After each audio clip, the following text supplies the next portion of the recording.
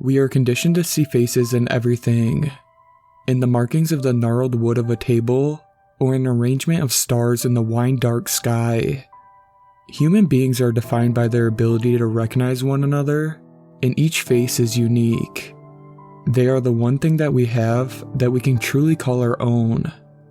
They come to us at birth, they grow with us, and they die alongside us, our constant companions. No one else has a right to our likeness, and no one person will ever look like us. At least, that's what I used to believe. The person I see staring back at me now is not the same man I was a year ago. Not the same man I was last week even. It's hard to tell if I am human anymore. When I was 18, I started creating content online and it gained some traction. I decided to remain anonymous, for the fear that my family and friends might find out what I was doing. I may have put myself out into the most public of areas, but I am an intensely private person. I was not about to expose myself, not to the world or anyone else. As time went on, my following grew and grew. This persona, this double life of mine, began to insinuate itself into every fiber of my being, like roots bearing deep into the earth. Within a matter of months, I was a virtual sensation. My anonymity went from a quirk to a dilemma, and then to a crisis. On every livestream I hosted, there would be an outpouring of demands for me to reveal my identity and show my face. It is a strange thought to know that so many people are watching, but no one really sees you. I imagined those people at their keyboards, mouths frothing, and eyes that cracked with rust-red veins as they became hysterical with their desire. Human desire is a powerful thing. It can overwhelm us and consume us. I should know. I remember the day it started with vivid clarity. I woke up in the late afternoon and went to wash my face. When I looked up from the sink, I caught sight of my left eye. I peered closer into the mirror to get a better view. My eye appeared to have gotten darker, and white specks, like fresh snow, danced in my iris. I became lost in my own gaze, captivated by the swirling pattern that revealed itself over time. There was a constellation, a galaxy of movement contained within my eye. It was difficult to comprehend at first, but I knew I had to see someone. After lonely hours spent within the whitewashed walls of waiting rooms, I was told that they couldn't pinpoint the source of the problem, but they advised that I wear an eye patch for the time being and return for more tests at a later date. I hadn't lost my sight, so the doctors were dismissive of what they perceived to be a healthy, if not somewhat paranoid teenage boy. As the soft glow of dusk descended and I made my way home, I thought that I could see shapes, obscured by shadow, out of the corner of my left eye. There was something horrific and enticing about these visions. I pulled the eye patch I had been given out of my pocket and put it over my left eye to block them out, but the shapes remained, imprinted on the inside of the eye patch. Without the distraction of the street to cloud my gaze, a half-world revealed itself to me from somewhere beyond comprehension. It took all the strength I could summon to make it home that night. A year passed in this way with no end in sight. A chaos of the grotesque and fantastical plagued my waking hours, all flitting past me on the back of that eye patch like shadow puppets. I fancied that I could see sound, torturous and violent, congealing into amorphous mass in front of my left eye. Whenever I took the eye patch off to try and read, I found words between the lines, pregnant with hidden meaning. Consume, worship, desire. These words lunged out of the page, each one a ravenous beast fixed on devouring me. I had reached breaking point. My output had slowed to a trickle. After much deliberation, I decided to withdraw from my online life for a while to concentrate on my health. Nothing, Not even the anger of all those people could compare to what I was going through each day. Within a few months, the tundra flecks within my iris began to disappear, and by the end of the year, they were almost gone. So too were the tortured figures, the secret words, and the horrors that had loomed at the periphery of my vision. Life returned to normal, or so I thought. At the core of my being, there was an unknowledged truth, some remnant of those days gnawing at me from the inside. I live alone and have few close friends. That level of isolation can be hard to bear, so I was not surprised when the temptation crept its way back into my heart. This time, however, it was different. Thanks to a few choice connections, my popularity skyrocketed at a staggering pace, and I was soon in tune with demands yet again. Reveal your face, reveal yourself, reveal all. Those words bore into my mind and found their way back into memories I thought were long forgotten. I could feel a pressure at the back of my head that grew each day, until soon my vision had blurred and I could hardly muster the strength to stand. My arms lay limp at my sides, and I spent countless hours staring at my ceiling, until strange yet familiar shapes began to coalesce on the cold plaster. My only companion during those days was my phone, and in the reflection of the dark screen, I became convinced that I was changing. I don't know how long I stayed like this, but one day, I summoned every ounce of my will and forced myself out of that bed. Once I made it to the bathroom, I took a deep breath and looked into the mirror. Both of my eyes were a haze of purplish black, with a smattering of white dots that wound their way in fluid motion like silverfish in dark pools. There was no iris or pupil to speak of. All had been obliterated by that filmy layer of night color. I stared at myself, and the cosmos that had formed inside of me gazed back. When I winced from the sight of it, the corners of my mouth stretched to the sharp peaks of my cheekbones and revealed a chasm lined with jagged teeth. Through my new eyes, I could peer down into that void and see inside of myself. I saw those words, etched onto the inside of my body, scored into my being. Consume, worship, desire. Human desire is a powerful thing. Enough of it can change the fabric of reality. My face changes every day, twisting and adapting based on what they think of me. It's not my own. The more they beg for me, believe in me, worship me, the more tenuous my grasp on humanity becomes. I am an exquisite and monstrous thing.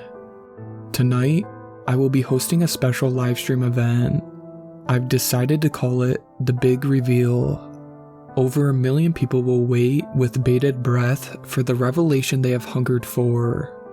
I will show my face, the face that they have given me. Let them have what they want. Let them go mad for the sight of it. I want to find a way back to myself.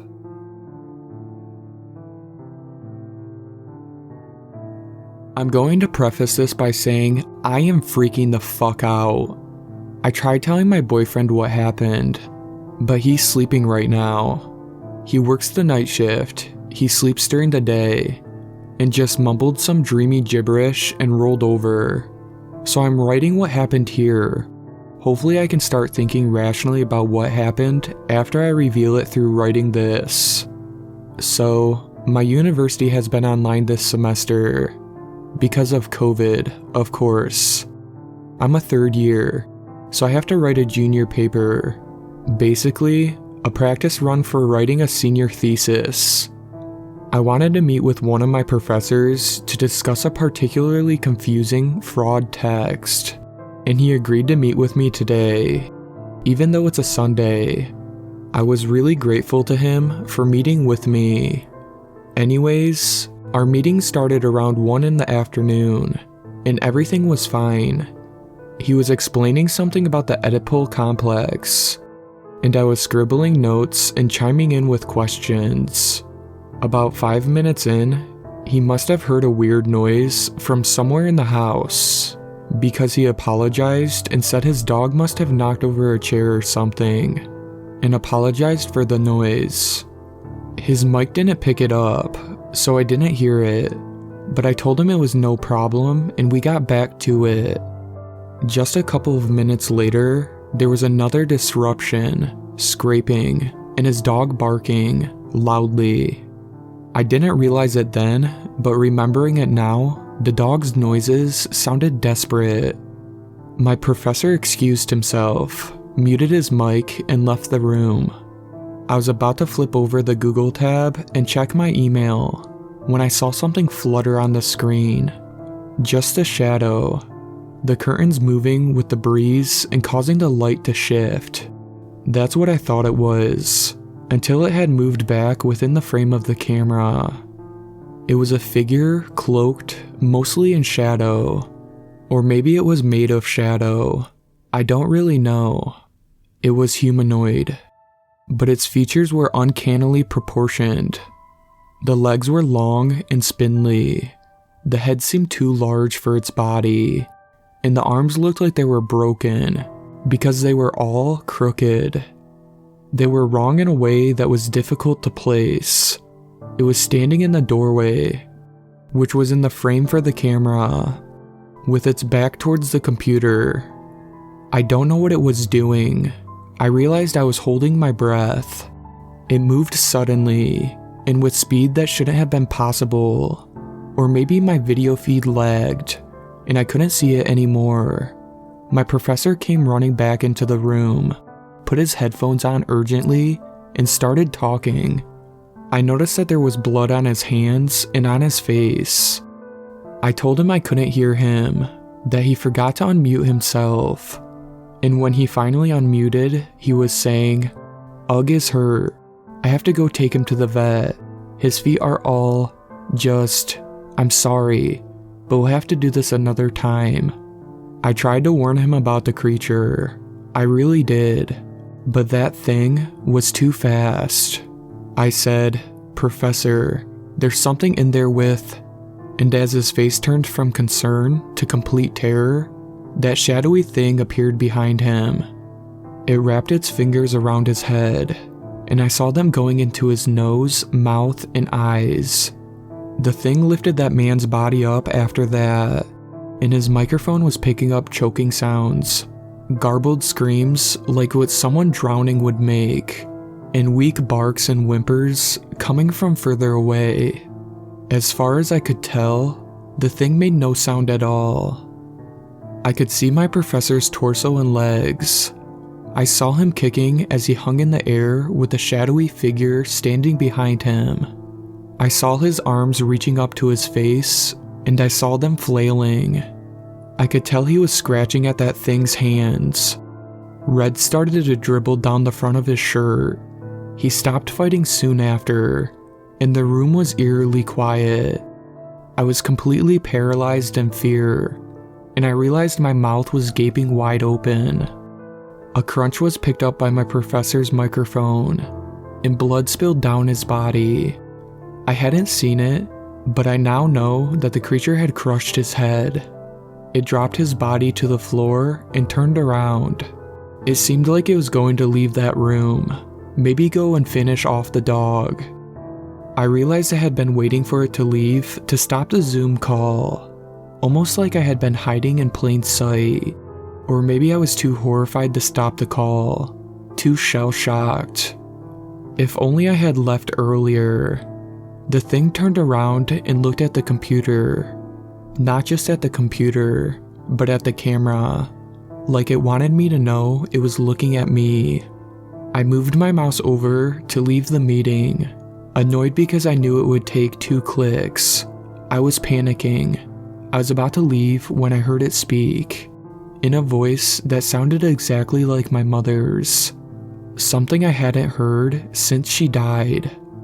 It said my name. As it spoke, its mouth flashed open, revealing teeth that looked too normal for the rest of its body, stained pink at their roots. I left the call. That was 4 hours ago now. I have a paper due tomorrow. I don't know what to do. I didn't call the police. Who would believe me anyways? I'm wondering when the university will announce that a professor has been killed. I wonder what reason my classmates will postulate during our online seminar tomorrow for why the professor isn't showing up. Should I even go to class, knowing that there ultimately won't be one? And I'm scared that I'm next. It said my name. Every time I hear one of our cats scuttle across the floor, or whenever the heater kicks on, my heart skips a beat. When my boyfriend wakes up, I'm going to tell him how much he means to me. Until then, I think I'll cry.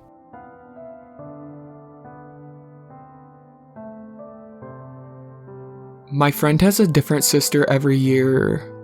2 years ago, her name was Sarah. She was 23, had graduated art school, and was working as a receptionist at a local exhibit. She was blonde and had tiny freckles all over her face. I met her from time to time, although we didn't talk a lot, but I remember thinking about how she didn't look anything like my friend. I shrugged it off.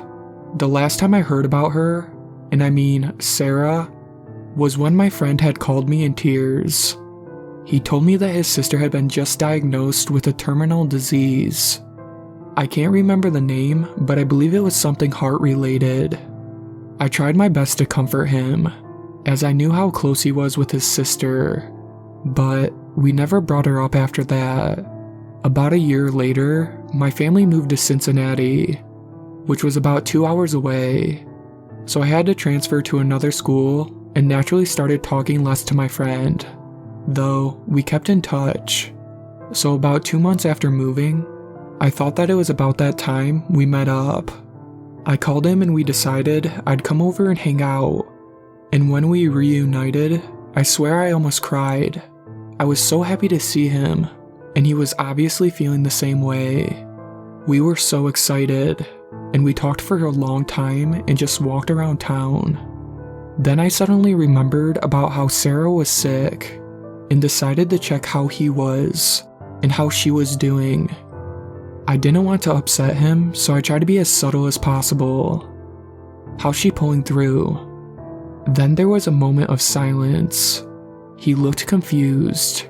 He asked me what I was talking about. Sarah. Who's Sarah? He sounded like he genuinely had no idea who that was. Your sister. You told me she had this heart condition. He looked at me like he was trying to figure out if this was a joke. Then he realized that it obviously wasn't. He told me that there wasn't anybody named Sarah that he knew of, and that maybe I somehow mistook the name Ellen for Sarah, as Ellen was his sister. That made absolutely no sense.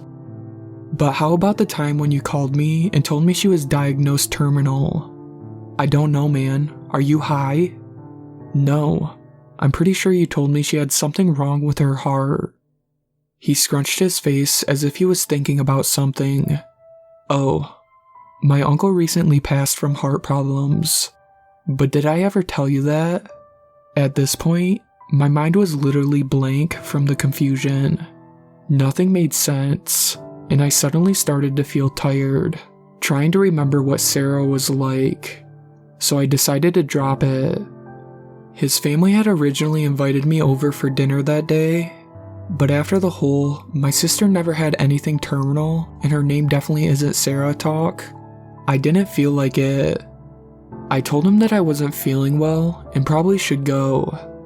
We agreed to have dinner together at another day, and I drove back home. As soon as I got home, I went on Facebook to find out who Ellen was. To my surprise, Ellen did not look anything like Sarah. She had brown hair and was significantly shorter than Sarah.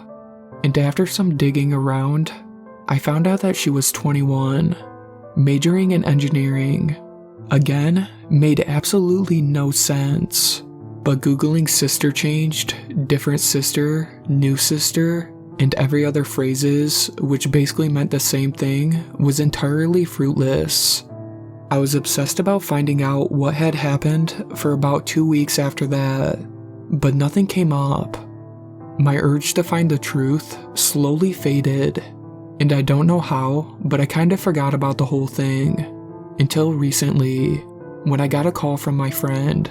He said that his dad passed away from a lifelong lung condition, and as far as I know, his dad was the healthiest, burliest man I have ever known. His hobby was rock climbing, and how would someone with severe lung condition climb rocks for fun? I never said anything to him though, as I knew that it wouldn't help the situation.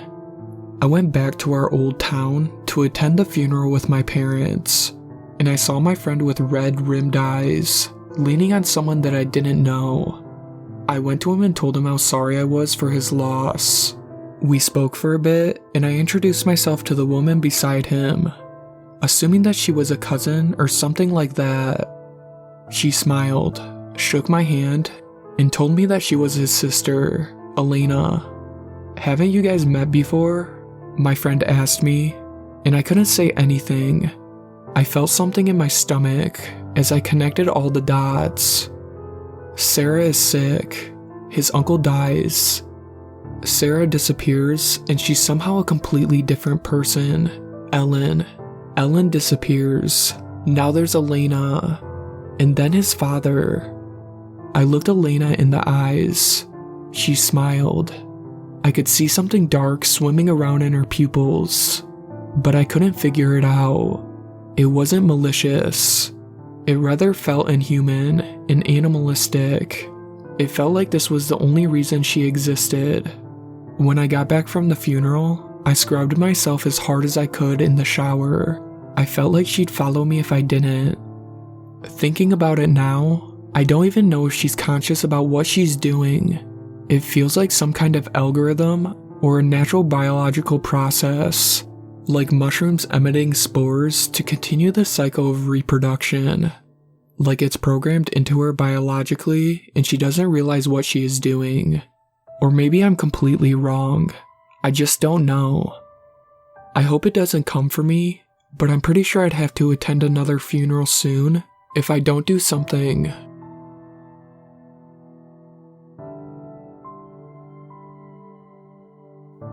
The first time I met him was at my grandfather's memorial. Dark round spectacles just covering his eyes. Long black coat. Steel gray hair halfway down his shoulders. A whole room of handkerchiefs and downcast faces. But he was the only one smiling. I was only 8 at the time, but that seemed like a good enough reason to sit beside him. "Did you know Poppy?" I always called grandfather that. "Better than anyone," the man had said. He must have been almost 70, the same age as my grandfather was. "Were you his friend?" "His closest friend. I'm the one who killed him, you know. You can't get any closer than that." I tried to ask him more questions, but the service was starting and my mother kept turning around to hush me. Mom gave the eulogy, and that was the first time I'd ever seen her cry. I guess I must have started sniffing too, because the man next to me put his hand on my knee and gave it a little squeeze. His fingers felt like he'd just come inside from a blizzard. By the end of the final sermon, they brought out some bagpipes to play Amazing Grace, and then I really did cry, for real. I remember it being hard for me to understand why I'd never get to see Poppy again. Sure, he was dead, but that didn't mean I couldn't still visit and eat his barbecue sandwiches, did it?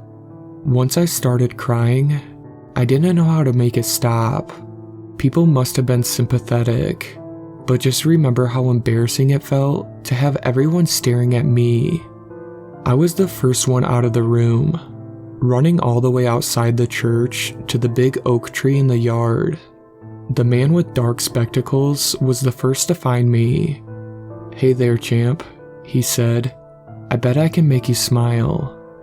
I shook my head and pressed my face into the bark. "Watch this," he said in a voice accustomed to being obeyed.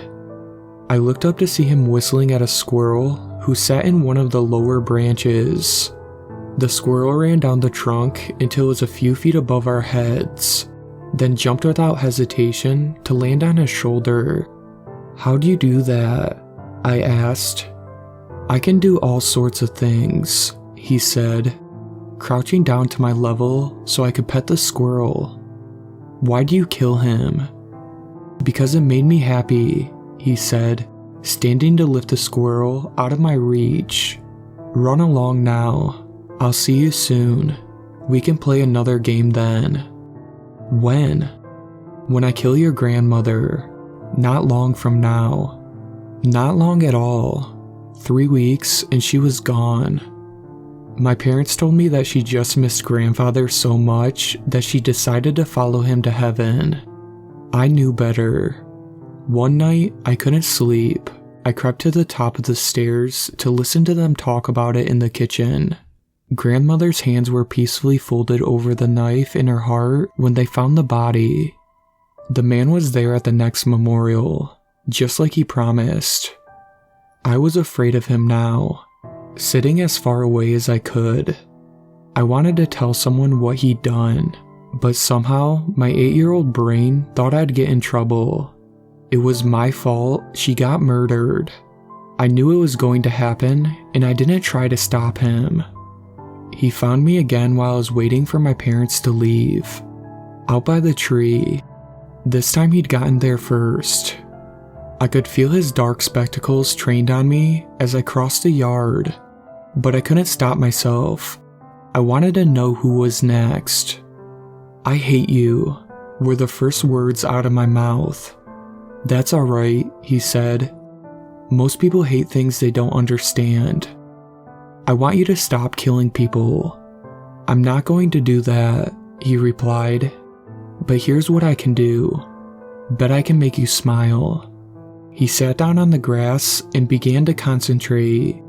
Maybe I should have run, but it wasn't a matter of fear for me. It was simply a choice between interesting and boring. Questions and answers. I watched the tree as the squirrel scampered down the trunk. "Come to me," he whispered, and off it flew, straight onto his hand. Not just the squirrel either. Ants were swarming out of the ground to line up around his feet. Beetles and worms and unknown monstrous squirming creatures thrashing their way through the ground to bow down before him. Even a stray cat came sprinting across the yard. None of the animals the least perturbed by the other's presence. They were all watching him, exactly like a dog waiting for their treat. "Let us dance," he said, and so they did. The squirrel hopped from one foot to the other. The cat stood on its hind legs, and all the insects began to spastically twirl upon the ground. Despite everything, I couldn't help but smile at the spectacle. I wasn't smiling the next time I saw him at my mother's funeral. 31 years, and he hadn't aged a day. I could feel those dark spectacles on me the moment I entered the room. Like my childhood's imaginary monster came to life before my very eyes. The same gray hair, the same black coat, the same subtle smirk creasing the edges of his face. I couldn't stand to sit in the same room as him. I felt hot and dizzy. I didn't know what was real and what wasn't, only that I needed air. My feet traced the familiar steps to the tree without intervention from my scattered mind. My mother had been found by her neighbor the same day, a knife in her heart. I wanted to hit him, to kill him, to wipe that smirk off his face, whatever it took. I was seething when he approached. Drawing close, all my carefully prepared arguments and threats burned from my mind. I couldn't understand how anyone could have the audacity to say, "Come now, it's not all bad. I bet I can make you smile. You're dead." "Sometimes I wish I was," he sighed, sitting down on the grass. I hesitated. Not the answer I was expecting, but if I was dead, then who would have been there to kill your mother?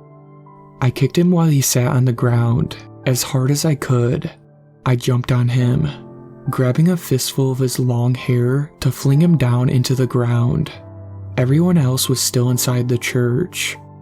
No one but God was going to see what I did to him, and God would understand. He didn't make a move to rise or resist. He just spat enough blood out to say, "Come to me." I kicked him again, and he went down hard. And again, I heard something break under his coat. I would have kept going, but a piercing pain in the back of my neck made me spin around. A crow was diving at me, pecking me, its black eyes glinting with intelligence and purpose. "Fight your own battles," I shouted, batting the bird away from my face. "Or are you too scared? Is that why you only kill old people who can't fight back?" "I can't kill you," he admitted. I was on top of him again, pushing him back into the dirt. The crow wouldn't relent, but I could suffer through any cuts and scratches it gave me to get at him. "But here's what I can do," he said through his broken teeth. "Bet I can make you smile." "You know what? Fine. Make me smile. And if you can't, then you're going to turn yourself into the police and tell them about every person you've killed. And if I can, then you're going to help me with my next kill." That took me a second to process. Of course I wouldn't do it. Of course I wouldn't smile either. My face was harder than stone. I nodded. "Deal." I let him stand and dust off his jacket, which he did quite easily, as though he had suffered no hurt from my assault. "I can't kill you because you're not ready yet. Your grandparents were. Your mother was, although she never told you. All I do is help them along their journey. You're insane. I'm not smiling. I've got proof," he said, forcefully popping his jaw back into place with a slight grunt. "It's all around you.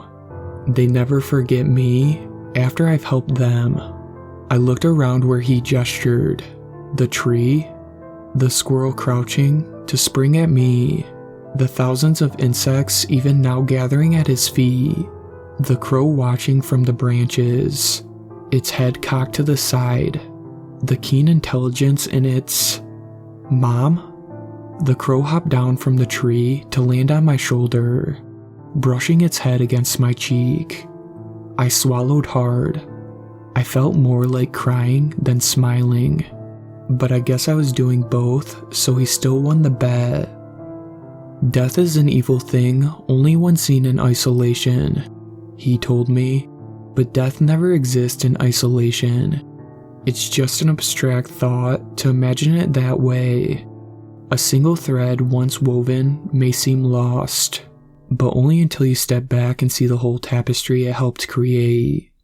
Come with me now, and I will show you how to weave." And as sure as any bird or beast who answered his call, I followed him, learned from him, and killed for him. And I've been following ever since.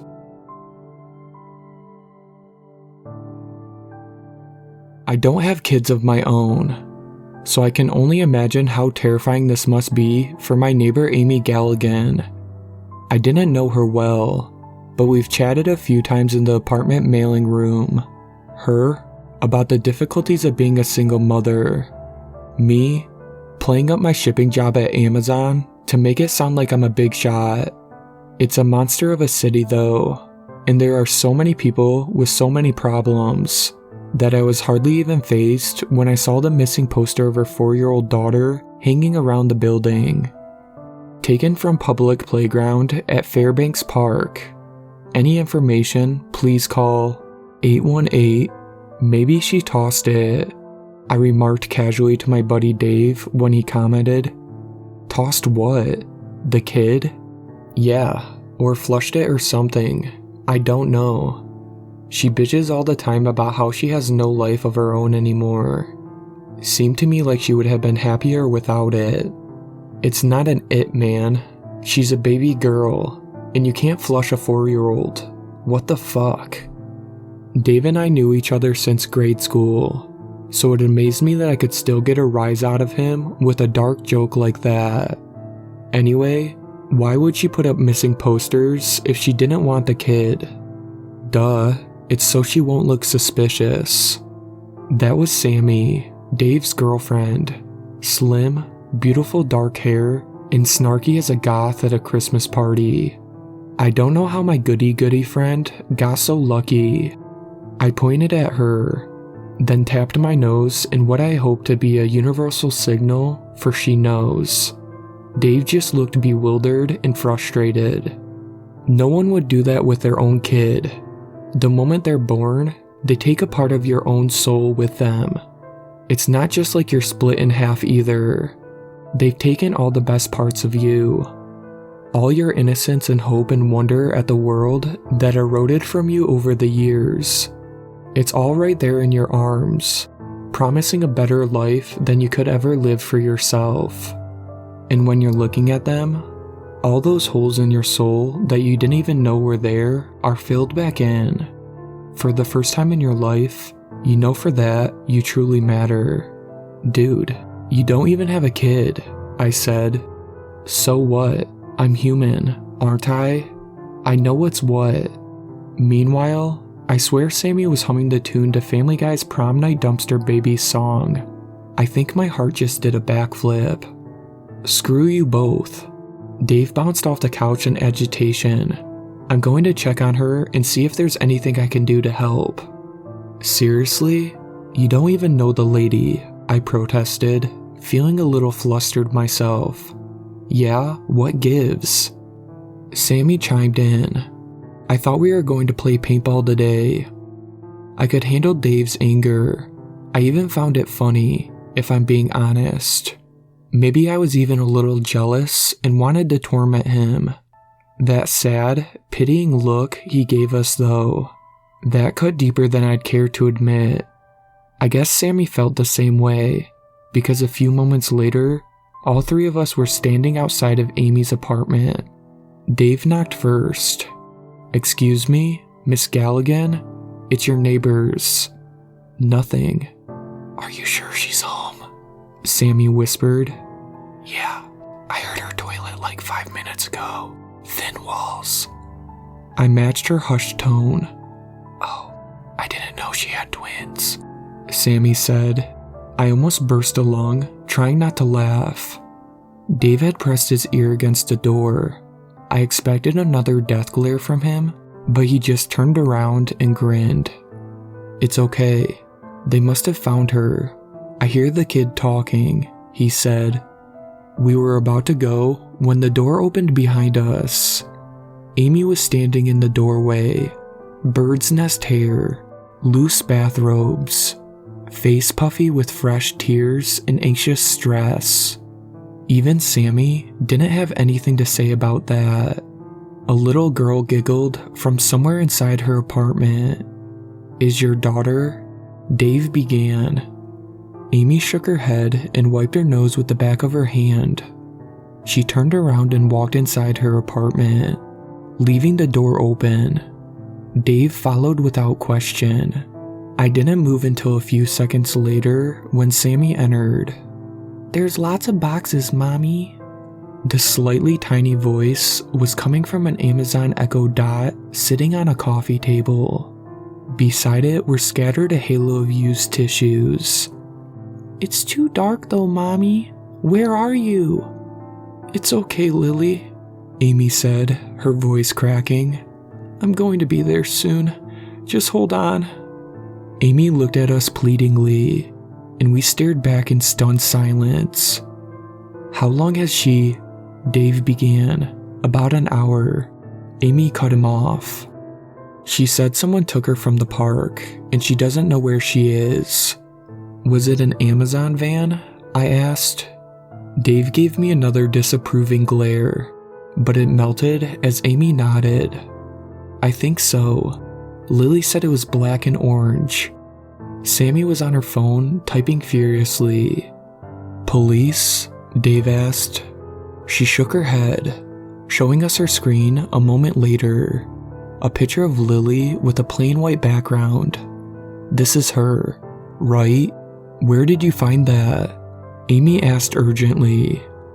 Sammy hit the back arrow, returning the screen to an Amazon product page. I would have laughed if I hadn't seen Amy's face. Lily Galligan, $1,495. Used, in stock, 4.2 out of 5 stars, 10 reviews. 4.2 stars though, I said, trying to lighten the mood. At least she got glares all around. I didn't finish that thought. Baby, can you hear me? What else do you see? Amy demanded. It wasn't Lily who answered though. It was just Alexa's generic robotic voice. Would you like to place an order for Lily Galligan now? Come on, isn't anyone curious to read the reviews? I asked. Like, what are they going to say? 3 stars. Can't color within the lines. Shit, dude, Dave said. Yeah, seriously, not the time. Even Sammy agreed. None of you are any fun, I said. I put a lot of work into this. The least you can do is play along. I was ready when Dave took a swing at me, and I managed to backpedal out of the way. There was a lot of yelling, some hysterical sobs from Amy, then Dave chasing me halfway around the room before they gave me a chance to explain. She's at the warehouse, okay? God, what babies. Can't anyone take a joke? That time, I did get punched. It's okay though.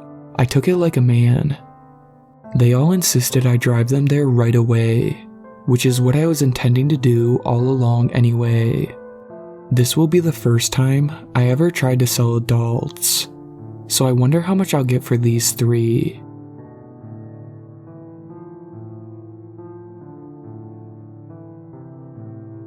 "2020 is a strange year. We all know that by now. My country was one of the first to be affected by the virus. Here, it's normal to have large families with grandparents and great-grandparents. So, we were all a little scared for our older relatives. My father works and lives on the other side of the country since I was 8, over 1,400 kilometers away from here.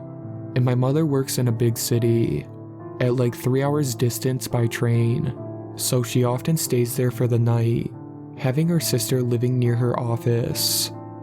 I'm telling you this to let you know that I'm pretty used to being alone, and I don't mind it. Of course, I'm not really alone, having my dog and lots of online friends. But the point is that quarantine and isolation at the start of the year weren't really important to me. I had more time studying and focusing on my hobbies. I even spent my birthday painting alone this year, as my mother was still away for work. Then, the first quarantine passed, and everything started returning to normal. Or at least, that was what everyone thought. Eventually, we all returned going out with friends and families. Weeks passed, and the news of a second wave of infection spread faster than anyone could imagine. In no time, we were all under complete lockdown. My country used a strange system, dividing the territory in zones with different colors. Each color indicated a different severity of the contagion: yellow, orange, and red. I stared confused at the newspaper when the first page title said, "Region in Black Zone." I looked online searching for some explanation, but nothing was found. All I could find were the dates and statistics for the infections all over the world, but nothing from my area. My mother called at noon, telling me that she still had to work, and that with the new national decree, she could not return home, so she had to stay with my aunt. I didn't mind that. I like being alone, but I felt sorry for her having to stay away from home for God knows how much time. As the day passed, I looked for how much food I had. Lucky me, I did shopping the day before, and that wouldn't be a problem either, as my mother leaves me money before going to work, in case I need them. As I was looking with resignation, my SCA equipment, for the folks out there that don't know what SCA is, it is Armored Combat Sport. Keeping it short, I dress as an idiot with metal armor and fight with other idiots like me, using swords and stuff. Yeah, it helps with my stress, as I realized that full contact sports would be surely prohibited in this situation. Then I got a message on a text that our mayor used to send official information. Yes, I know, it sounds strange, but in small towns like mine, it's not that strange. Black Zone, what you need to know. Number 1, every movement outside the zone is completely prohibited. Number 2, every movement inside the zone is prohibited, with the exception of basic needs, food and water. Number 3, stores will be closed. Only selected supermarkets will give access to their storage. Number 4, every group of people exceeding 2 individuals outside house will be treated by authorities. Number 5, it's strictly forbidden to offer aid to people asking for any kind of help, even if it's in the middle of the night. The last phrase gave me goosebumps. It felt immediately like something was off. I called my mother, asking her if she read something about this Black Zone thing, but she didn't know anything, and even told me that maybe the mayor had made a mistake. We ended the call and I was freaking out. Now completely resigned with the situation, I called my friend Alex, and we passed the rest of the afternoon playing online. When the time for dinner came, as my stomach screamed, asking to be filled, I left some pre-cooked stuff in the microwave and went outside with my dog. After all, Black Zone or not, he had to piss. Screw the mayor. My neighborhood is pretty quiet, and the lockdown gave it an even bigger sense of emptiness. Cold and hungry, I wasn't even in the mood for playing with my buddy, as he was looking at me with his dumb happy face, wagging his tail. Sorry, not this time. But as I was petting him on the head, he started growling behind me, and his fur started to stand up. He does that only when he sees another male dog that he hates, his expression full of rage and fear. As he started to walk slowly away from me, I immediately turned, expecting another owner with his dog, but with my surprise, standing in the middle of the road, there was a man, completely still. I shook my head. As creepy as that man seemed, there wasn't anything that could make my dog that angry and scared like that. Like his fight or flee instinct had kicked in. What the fuck, Howard? Calm. We're going home. I turned again back to the man. I'm sorry, I don't know what got to him. He's not dangerous, Then I noticed that he was now on my side of the sidewalk. He had moved towards me, but now he was standing still, not a muscle moving. My heart started pumping like an engine, as I was now slowly starting to see his face. What startled me wasn't the fact that he didn't wear any mask. The darkness of the street didn't let me notice that before, but now, as we were both under the streetlights, I could see. His whole face was twisted, as he was feeling the strongest pain possible, but as his body was completely still, like frozen in time. His blood-stained eyes were staring at me, and dark tears crossed his cheeks. I didn't know what was wrong with him, but sure as death, he was sick. Given the situation, I started walking away. Don't come near me, please. I think you need a doctor. Then, as the light twitched, in that small fraction of time, he moved again towards me. My dog started barking, having not stopped for a single moment, growling at the man. I'm not an idiot, I know. When I'm in a dangerous situation and my 50-pound dog was scared, maybe I should be too. So I started running. I ran as fast as I could, and my dog followed without hesitation. As I was running, I took my house key from my pocket and immediately opened the door of my building as I reached it. I closed it behind me, falling on the ground, trying to recover from the run.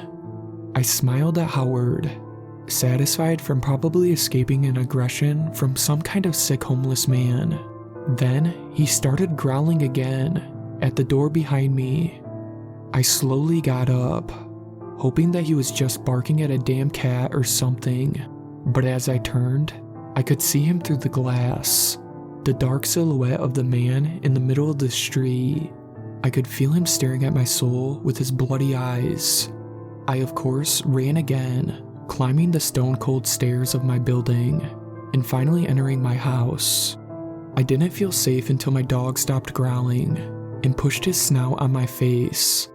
When I finally sat on my couch, I took my phone and called Alex. "What, dude? I hope it's important. I'm in the middle of a game." "Yeah, I think some crackhead just stalked me." "What?"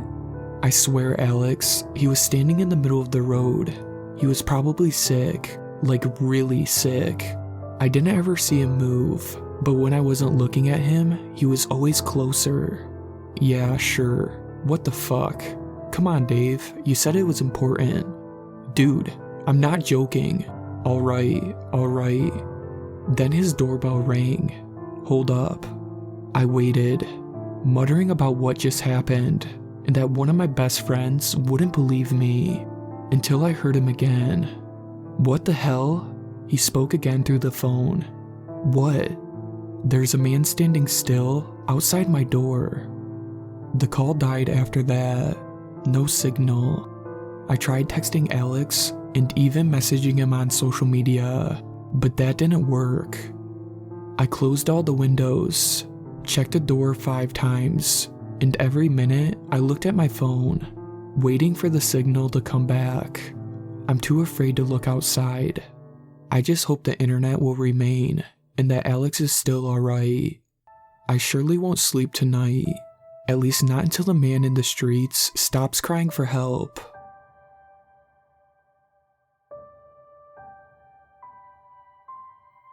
My father was a diplomat who shook hands with the most powerful people in the world. A businessman with foreign affairs, managing an empire so vast that the sun never sets upon it. He was an army veteran in Afghanistan and a doctor in Ethiopia. In fact, he was so important that he went everywhere and did everything, except for coming home, that is.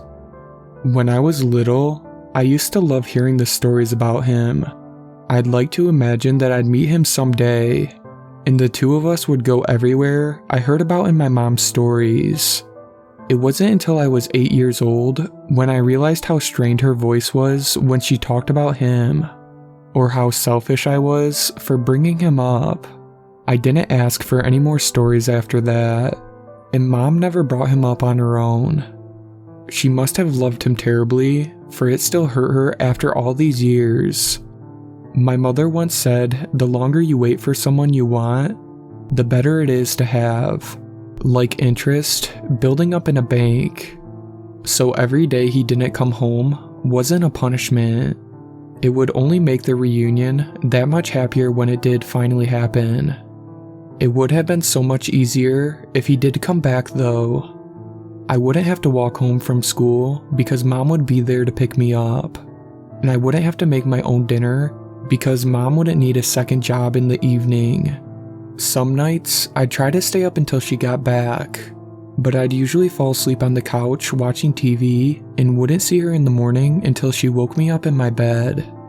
The older I got, the more Mother's stories didn't make sense, even if only one of them were true.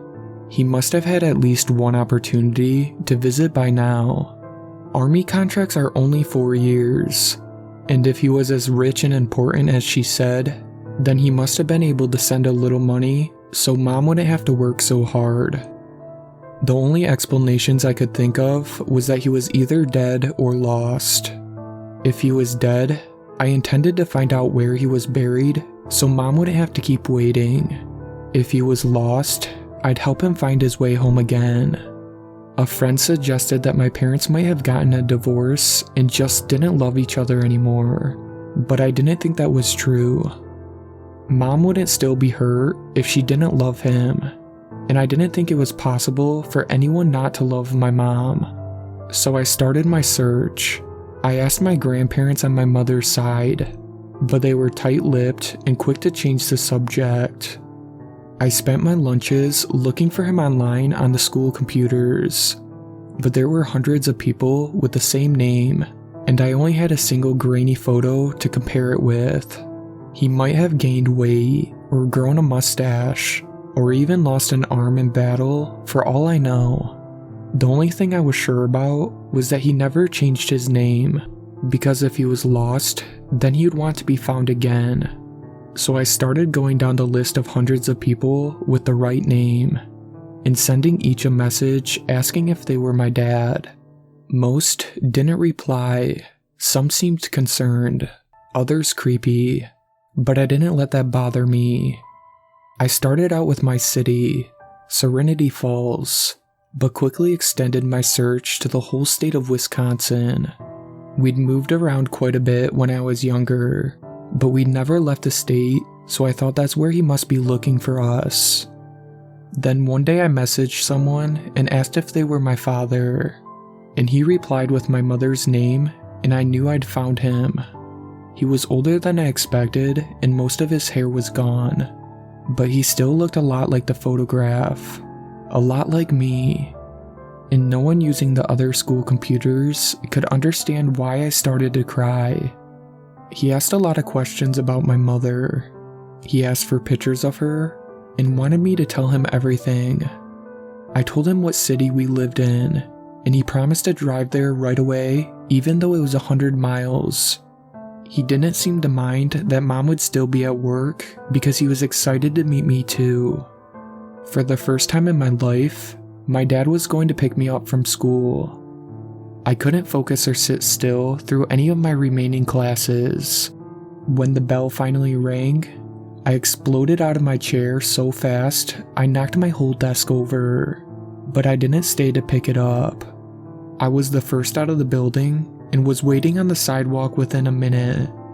He was already waiting for me. My dad had even less hair than his pictures, but I didn't mind because he drove a red Ferrari.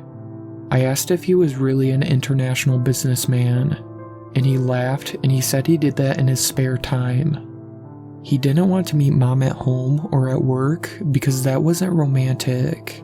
Instead, he wanted to take me to the real Serenity Falls the town is named after. That's where they had their first date, and she could meet us there. I texted my mom and let her know a surprise was waiting for her there, and she promised to get off work early. It was only about a 20-minute drive, but I feel like we were really bonded in that time. Dad didn't like to talk about himself, and asking me 1,000 questions instead. What games did I like to play? How was I doing in my classes? Who were my friends? And 1,000 other things. His eyes would light up with even the most boring answer, as though it was a miraculous revelation from on high. I teased him for that, but he got all serious and said, "You don't understand. I didn't even know you existed until today. You aren't just telling me about yourself. You're being created from nothing right here in front of my eyes. It really is a bit like a miracle." Serenity Falls was quiet around the Christmas season. We were the only ones in the parking lot, so we got to drive all the way to the head of the trail, which led us to the viewpoint. The water was all frozen in snow and ice, and it wouldn't be a waterfall again until the fall of the spring. It was still beautiful because of the long icicles lancing off the jagged rock. The light seemed trapped within the crystals, which shimmered as the light faded. We stood together in silence, overlooking the falls for several minutes. I started to shiver, but he put his arm around me and drew me close, and I almost started to cry again without knowing why. "When is your mom going to be here?" he asked. "Not for at least an hour. Do you want to wait in the car where it's warm?" "Why did you really leave?" I blurted out. He withdrew his arm from around my shoulders, and we stood together in silence again. "I lied earlier," he said, still staring at the hanging ice. I counted 26 individual icicles before he continued. "I didn't know you existed before today." "Then why did you?" I cut myself short. "I wasn't ready. I loved your mother, but I didn't want to have a family yet. I'm sorry." I shrugged as if it had nothing to do with me, but I couldn't look at him. "Were you really in the army?" "I was. And a diplomat and a doctor?" He laughed in reason.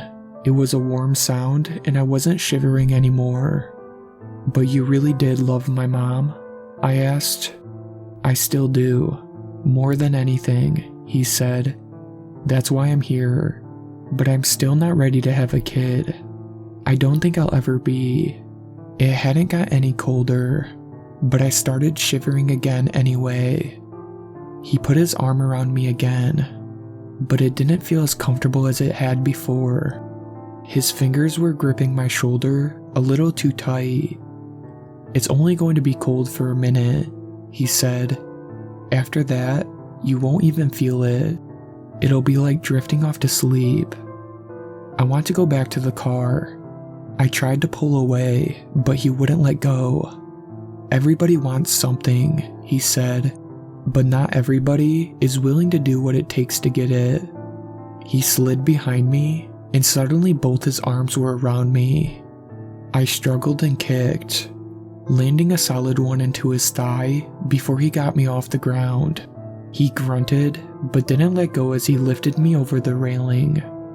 I braced my feet against it and tried to push back, but he lifted me even higher until I couldn't reach it anymore. He flung me over the ledge to tumble down the 20-foot drop to the frozen water. I smashed straight through the ice and plunged into the numbing depths. I spun over once or twice trying to orient myself, and by the time I was able to surge upward again, I couldn't find the hole I'd broken through. All I could feel was the underside of the ice. It was thicker than it seemed when I fell through. My numb fist moved sluggishly through the water, pounding feebly. I went back to search for the hole instead, but the freezing water stung my eyes so badly I could barely see. I saw the vague outline of his shape through the ice though. He was standing directly over me, looking down. He watched me flail against the underside. The weight of my wet clothes was beginning to drag me down, and my chest felt like it was about to explode. Each time I surged upward, it became a little harder to reach the ice, until the time I couldn't reach it at all and began drifting down. I watched him turn and begin climbing up the slope, and everything went black. I came to a moment later when I heard the sports car rev to life and pull away. I lurched upward again, and by blind chance, one hand slipped through the hole in the ice. I couldn't feel my fingers as they latched onto the edge. Somehow the air was even colder than the water, but inch by excruciating inch, I dragged myself upward until I pulled myself from the water. I was barely alive when my mom found me. I didn't want to tell her what happened, but even lies to protect someone can do more harm than good. I told her everything, and she promised never to let that man back into our life again. If my children ever ask me about my father, I'm going to tell them the truth, that he tried to kill me, that he was never caught, and that no family is incomplete that has love.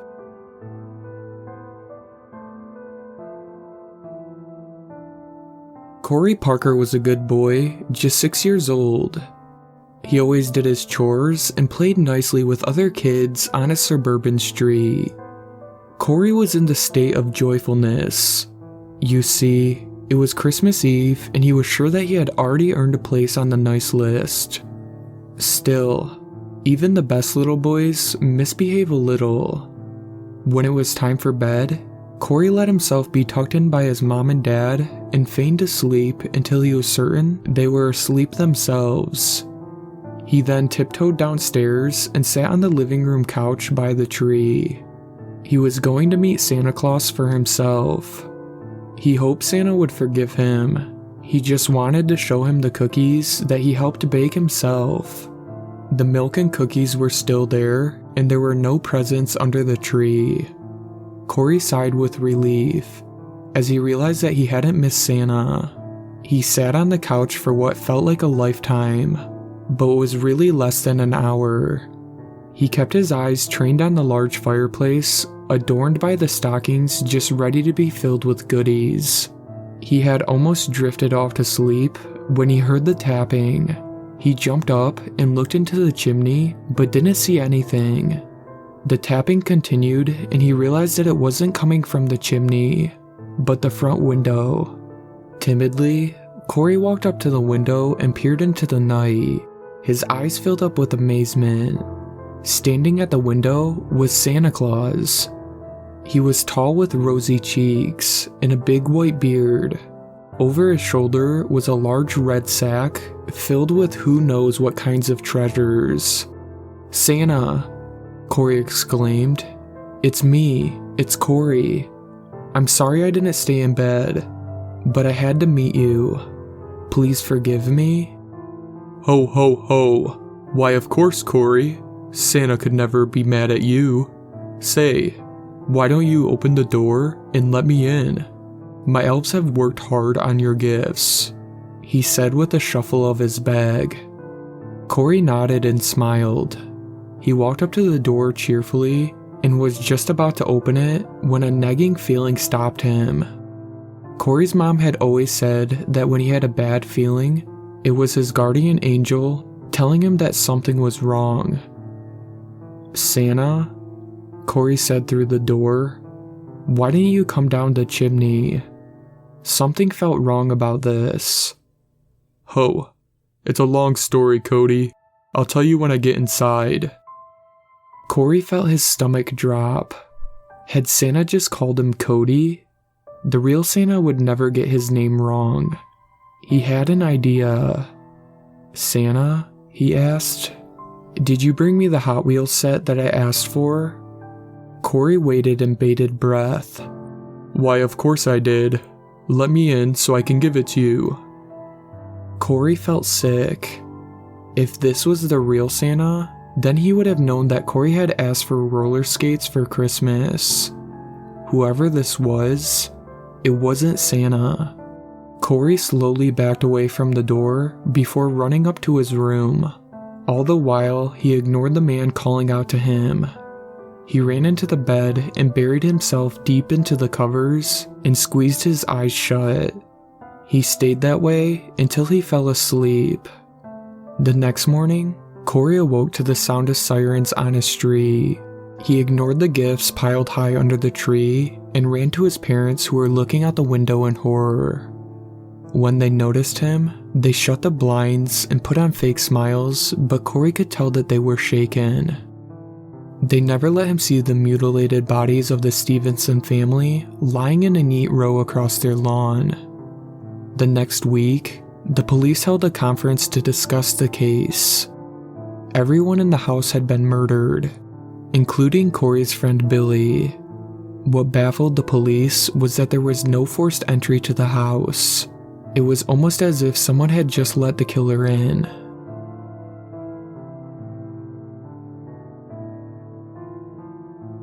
I was 16 when I saw the first crack.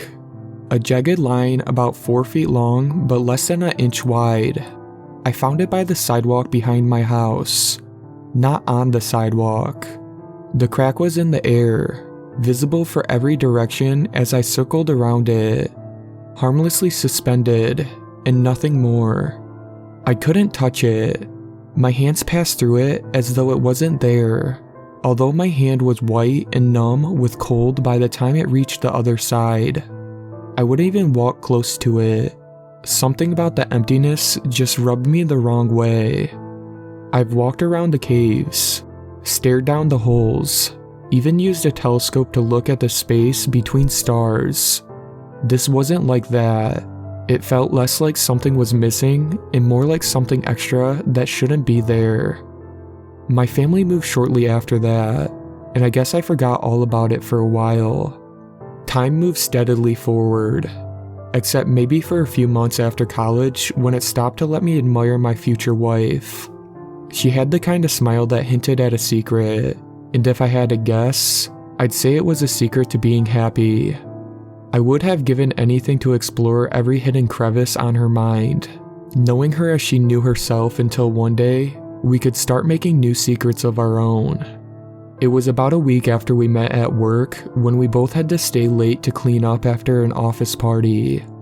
I asked her to come sit on the roof and look at the sky with me. There we were, side by side, the space between our hands burning like fire, the shape of her mouth illuminated with the backdrop of endless stars, gleaming like millions of envious eyes wishing they could sit where I was sitting now. I didn't know anything could make me feel so weak. My legs were trembling, and I remember having to keep switching positions so she wouldn't notice. I didn't trust the words in my mouth or the thoughts in my brain, or any other part of me which was blurred out of existence to make room for appreciation of everything that she was. That's when I saw the crack again, and I was reminded of how powerful weakness could be. It was larger now, running along the side of an external AC unit. Not quite alongside. If I really looked, I could see the empty air between the metal box and the crack.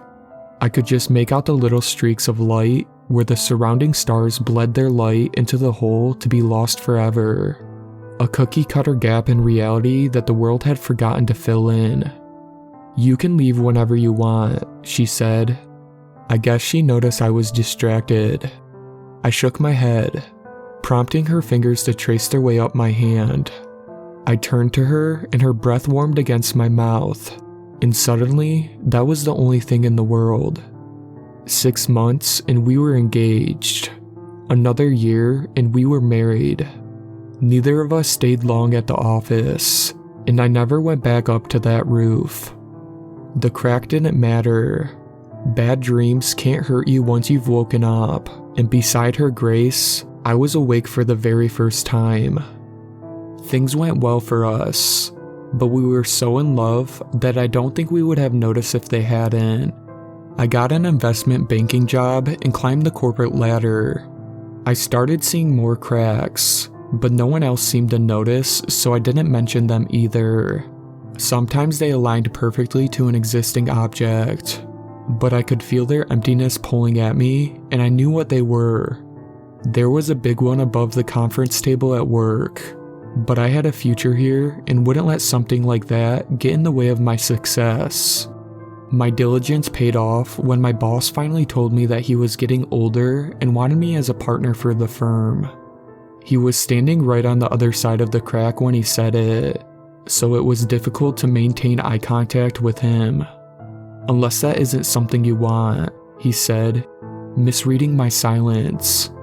"Of course, you can leave whenever you want." The same words, but I hadn't recognized the significance yet. I just smiled and shook his hand, carefully to reach underneath the crack hanging between us. It was another dream come true, and I was the king of the world. My wife and I moved into a big house, and we had a baby girl together. I watched her grow, and watched the cracks grow with her. Hairline fractures splintered the sky and mapped their web throughout the air. I had to be careful where I was walking.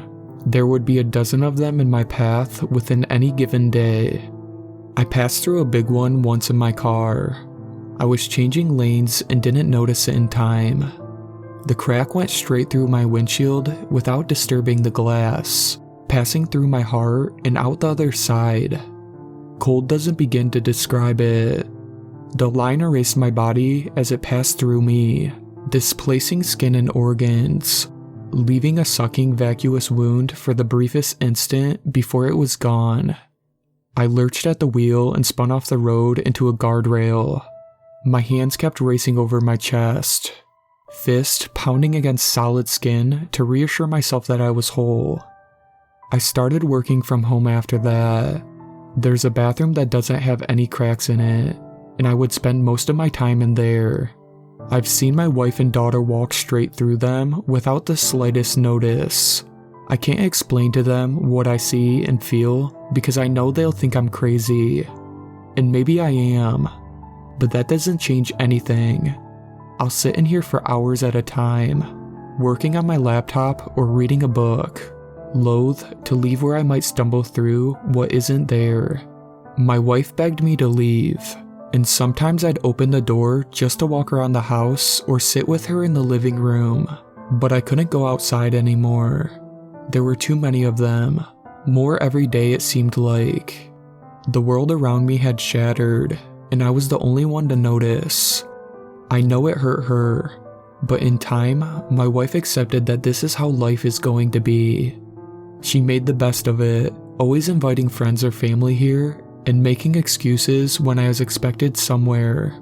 She took cooking classes and learned how to make all my favorite meals, even getting me a small table and television installed in the bathroom I was confined in. My daughter was a different story, 8 years old now, and no amount of explanation could make her understand how much I loved her, even if I wasn't always there. I didn't know how embarrassed she was of me until a teacher called to let me know she had been telling her friends that I was dead. I made an effort to sit with her in the kitchen to ask her why she'd do that, but all she said is that I might as well be. And she was right. I wasn't taking care of my family anymore. They had enough money to put away that they didn't need me to work. I was just a burden, and just like the cracks, I was growing bigger every day. Some nights, I wouldn't leave the bathroom to go to bed, and I could hear my wife crying through the wall between us. I tried pushing myself harder, willing myself through the emptiness. It wasn't any good. They cut through me like a knife, froze me to my core, shredding bone and sinew and stitched me back together so seamlessly that there was nothing but the memory of that pain to remind me of my torment. I was ready for this to be over. I just didn't know it until I heard the words out of my daughter's mouth as she pressed against the other side of the bathroom door. "You can leave whenever you want." "Yes," I told her. "I'm ready." "All you got to do is throw yourself into a big one," she said. "You'll be out." She knew about them. I jumped up and flung open the door. She wasn't there. I raced down the hall shouting her name, forcing myself through each searing darkness that severed my mind and body, heart and soul. There she was, standing outside next to the biggest abyss I had ever seen. A wall of darkness, 10 feet across and ripping through the air above like a skyscraper. I could feel that call of that emptiness, whispering to me, beckoning me, a promise of freedom and release that a lifetime of memories cannot dissuade. "Just do it already. You've been here long enough," she said. But I was afraid. Even this far away from the blackness, I could remember how those dark talons would feel as they rent my body. Would there be anything left of me to come out the other side? It was big enough that I didn't have to come out at all. I could step in and be gone. It's what my daughter wanted. So did my wife. If only she had the courage to admit it. And maybe it's what I wanted too. But on my knees before all of creation and its antithesis, I was afraid. "It's easy. Just follow me." I tried to stop her, air dragging through my lungs, feet stumbling and twisted beneath me, lunging desperate grab. I tried to stop her from entering the blackness, but she was gone, and there was no choice but to follow. Into the looming void I plunged, screaming without sound, bleeding without wounds, disintegrating into nothing. And then I opened my eyes. I was reclining in a padded chair, like they had in a dentist office. 3 men were standing over me, a plethora of beeping machines, IV lines, and heart rate monitors cluttered the room to either side. "Well," one of the men asked, "how was it? You were out almost an hour." I couldn't answer. There was nothing left of me to answer. We kept sending you signals, telling you it was okay to leave, another man said. Didn't you get them? I closed my eyes and took a long breath. Life 2.0 still has some bugs, but they told me they figured out how to fix some of the cracks if I wanted to go again. It's going to be ready for the market soon, they said. People are going to love it, they said. Did you notice anything else that needs fixing? They asked me. Just in this world, I replied.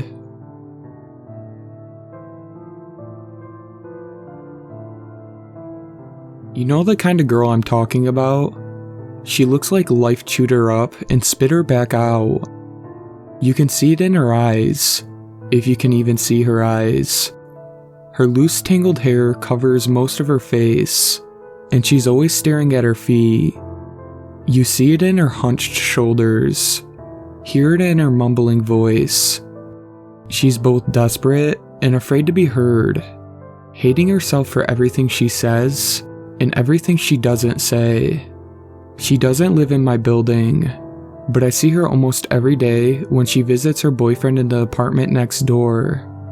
I've said hello to her a few times. She always flinches when I talk to her. The first thing out of her mouth is inevitably an apology. Sorry for being in my way, or for being here too often, or for taking up one of the dozen empty parking spots. I asked for her name once, but she said it didn't matter. Why not? What am I supposed to say when I see you? I asked. Nothing. You don't need to. I'm nobody. Well, my name is... But she kept walking, head leaning against my neighbor's door, hands in her pockets, looking like an ostrich trying to disappear into the sand. Bye, nobody, I chimed as the door opened to let her in. I couldn't be sure under the hair, but I think she almost smiled. Bye, somebody, she murmured, disappearing into the doorway. My neighbor Jeff poked his head out. Scrawny fellow with a soul patch and a beanie which seemed permanently fixed to his head. He nodded sharply at me like a fighter paying insecure respect to his opponent, slamming the door. I liked watching nobody from my balcony when she was parking her car. I liked the fluid grace of her movements, which transformed regular motions like opening doors and stepping over obstacles into a choreographed dance. I must not have been the only one to notice either, because there always seemed to be someone hitting on her whenever I saw her. Not the charming kind either. Fat oafs jumping out of their car like they were waiting for her, or pushy street rats backing her up against the building. I thought she was a prostitute at first, but she always rebuffed them so vehemently that I figured that wasn't the case. Often at night, I'd see her leaning on the railing of my neighbor's balcony, smoking a joint and staring into space. I got the feeling that she was staring into a world that she could only see. But looking at her face, I also got the feeling that it wasn't a very pretty world. I wish I could see it too. Sometimes I'd go onto my balcony and try to make an excuse for conversation, but she'd invariably duck back inside the moment she saw me. If I was lucky and she seemed to be in good spirits, I'd hear a "bye somebody" before she went. A stupid joke, but it always made me smile. She couldn't have been happy, but I suppose it wasn't any of my business. I'd hear her boyfriend yelling at her through the walls sometimes, although I never heard her say anything back. I figured that she was her own person with her own choices to make, and if she was being really mistreated, then she wouldn't keep coming back. It's not like I had proof that she was being abused or anything, and what I did guess, I quickly dismissed as petty jealousy, resolving not to interfere with her life. That resolution lasted for about 2 months, but it ended last night. It was after dark and I was getting home late when I spotted nobody pressed up against my building. 2 men in leather jackets were several inches too close for innocent conversation, practically pressing themselves on her while she squirmed to get away. I honked my car horn at them, and one looked over his shoulder. Fat, stupid face, mouth hanging partway open. He stared at me for a few seconds before turning back to her. "I got to go," I heard her say. "Somebody is waiting for me." I honked again. Fatface turned to walk over to my car. "Cool it, asshole," he shouted. "This target only has 11 points left anyway. Get your own damn girl." I rolled down my window. "What's that supposed to mean?" "You knew or something?" he asked, fishing out his phone. He showed me the screen, which depicted a GPS map of my neighborhood. Scattered throughout were little targets, each with a name and a life bar, like a video game character has. The target against my building was named Cilia, with 11 out of 100 life remaining. "I don't know what the fuck that is, but I'm not playing," I told him. He laughed, more like a guffaw really, deep and guttural, without the slightest hint of mirth. "You're after that piece of shit, and you're not even getting points. Hey Mark, he actually wants this bitch." The other guy, presumably Mark, still had the girl against the wall.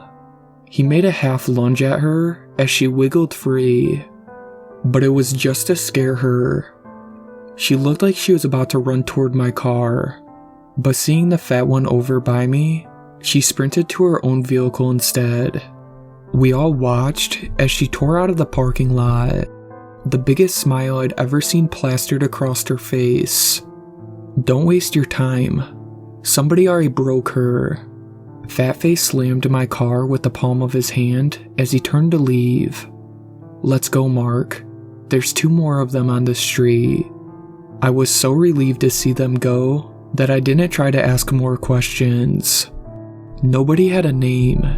It was Cilia, and something was tracking her location and broadcasting it out to these creeps. It didn't feel like I was meddling in someone else's business anymore. I couldn't just play dumb and let her sort it out for herself. A few minutes later, and I was hammering on my neighbor's apartment. "Hey Jeff, you in there?" "Bug off," came the muffled reply. "It's about the game you're playing with Cilia." It seemed pretty vague to me, but if he was involved, then he would know what I was talking about. Loud shuffling, like someone crossing the room in a hurry, and the door opened a moment later. He was wearing nothing but his boxers and his beanie, skinny body blocking the door.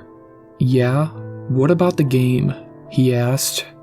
I hesitated, unsure what to say next. He must have misread my silence, because his face became animated and hopeful. "Hey, did I win the prize or something?" I nodded stiffly. Jeff threw the door open to welcome me in, practically dancing with excitement. Holy shit, I knew it. I've been on the leaderboard for weeks. It was only a matter of time. Seriously competitive shit. You know, I've got everything ready for you. Come on in. He rushed to the cabinet under the sink and began hauling out cardboard boxes. I still didn't know what the hell was going on though, so I had to play along to get more answers. "How many points are you at now?" I asked. 723, without hesitation.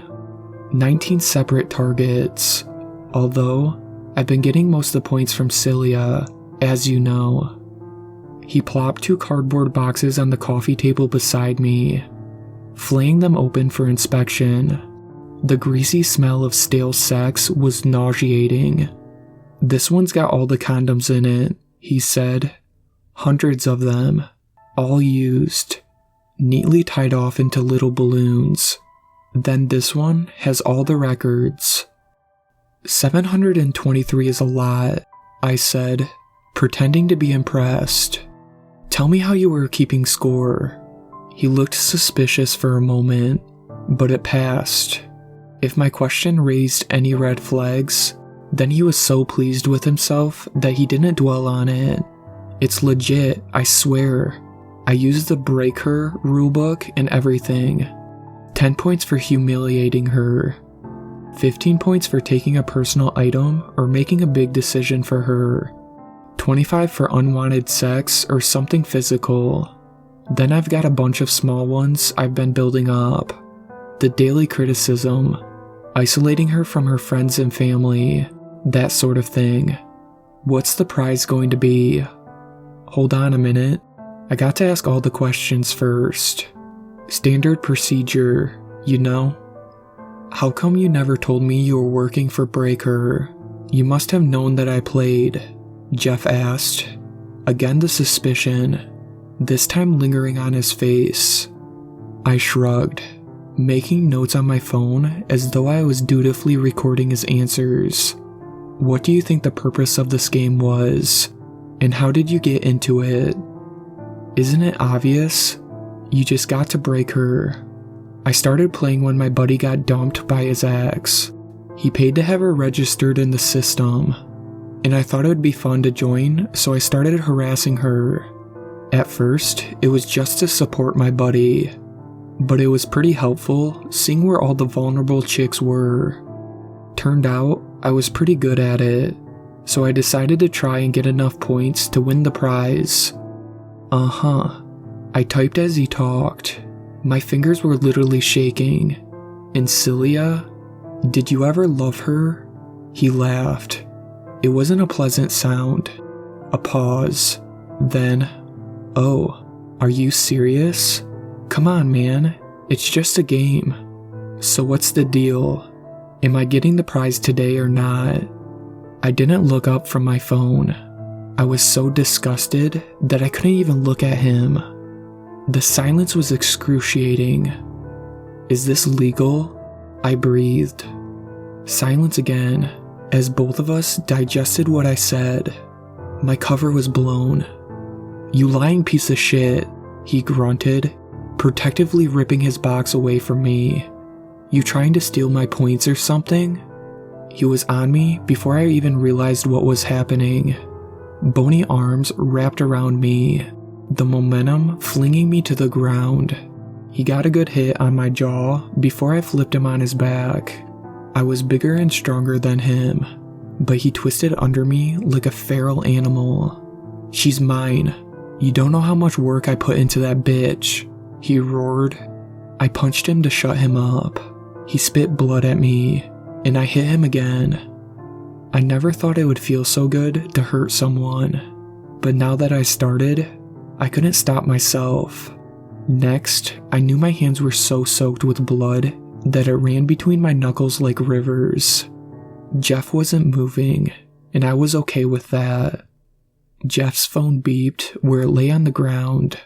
Somehow the weight of what I'd just done didn't hit until I heard it. It beeped again, and I lifted it to see what was going on. It was a notification from Breaker. I opened the app and saw a short questionnaire. Humiliation, abuse, control. A daily checklist for him to go through to get his points. What the hell did I get myself involved in? And who was I to think I could make any difference when the whole world, full of terrible people, were trying to destroy her? At the bottom of the form it asked, "Did you see her smile today?" Numb and overwhelmed, I clicked yes. Immediately, Celia's life bar jumped a point, up to 12 out of 100. Well, that's some difference at least. Not much, but it's a start.